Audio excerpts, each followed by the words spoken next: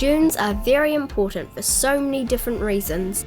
They act as a protective buffer between the moana and the whenua, the sea and the land where we live. And they provide a habitat or home for many animals and plants that are native to Aotearoa. However, in many areas, our dunes are not very healthy. People can affect the dunes in many ways, and some of these can really upset the mauri of the dunes. And in some parts of our coastline, there are now no dunes. What have people done that has affected the mauri of the dunes? Well, many years ago, people cut down the native forest and created farms on the coastal land. They used the dunes to graze introduced animals like cattle and sheep, which munched on the native dune plants and trampled all over the precious dunes. People introduced plants on the dunes that competed with the native plants for space, and they weren't the best sandbinders. And pesky introduced rabbits also started eating the dune plants. The spinifex and pingao started to disappear from many dune areas, and without those great native sandbinding plants, the dunes also began to disappear. People tried to help by planting marram grass and introduced sandbinder that looks similar to spinifex but is not native to Aotearoa. What a lot of damage! And pingao and spinifex are the best sandbinders and best suited for our dune environment. Yes, well luckily, people began changing their ways so they could help the dune get back to the way it was. They began to take out the introduced plant pests and replant the native ones. They also fenced out the cattle and tried hard to keep the rabbits away. So now more people realise how important those dunes are for protection from storms. Yes, and that the native sandbinders like pingao and spinifex are needed to make and build up the dune. And that all the native dune plants provide homes for all those native insects, skinks and shorebirds. Aye, ka pai. Lots of people understand those things now. But another problem facing our dunes is caused by our need to live by the sea. Now, I'm not talking about near the sea. I'm meaning just about in the sea.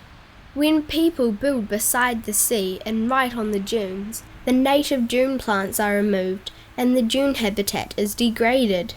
This development must also cause a whole load of other problems that affect the mauri of the dunes. For sure, there's the rubbish that ends up in the dunes, and dumped garden plants that become weeds, and the wastewater from stormwater pipes, and people and their animals walking and running through the dunes. Yes, so development close to the sea can damage the precious dunes.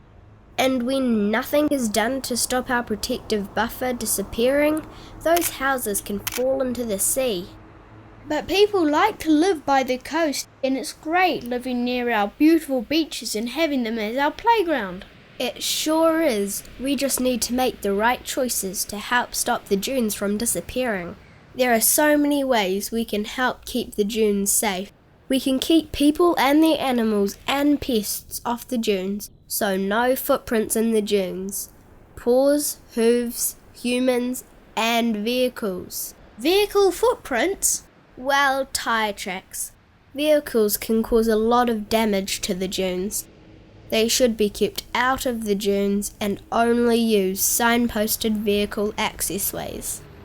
So when we're at the beach, we need to make sure everyone and their dogs use the signposted pathways. And also stay on the beach so our feet won't damage the dune plants. And we can keep the rubbish off the beaches too, so it doesn't end up in the dunes.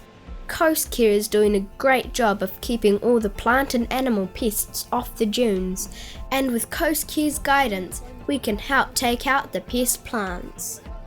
And replant the native sandbinders and other native dune plants. CoastCare and their volunteers have made amazing changes to some of those damaged dunes. By replanting and taking out the pest plants and putting up fences, the mauri of these damaged dunes has been repaired, and they have become beautiful, healthy dunes again. Our sand dunes are a really important and precious part of our beaches and the coastal environment around Te Moana Atoi. They are our natural protection from the sea, as well as a home for many special native plants and animals. There are many ways we can help CoastCare protect our dunes. We all need to respect the dunes and always use Te Ara Tika, the signposted pathway. And we need to make sure we pass on the message to others. Let's all work together to protect our precious sand dunes. He mahi pai o ngā tangata katoa. Yay!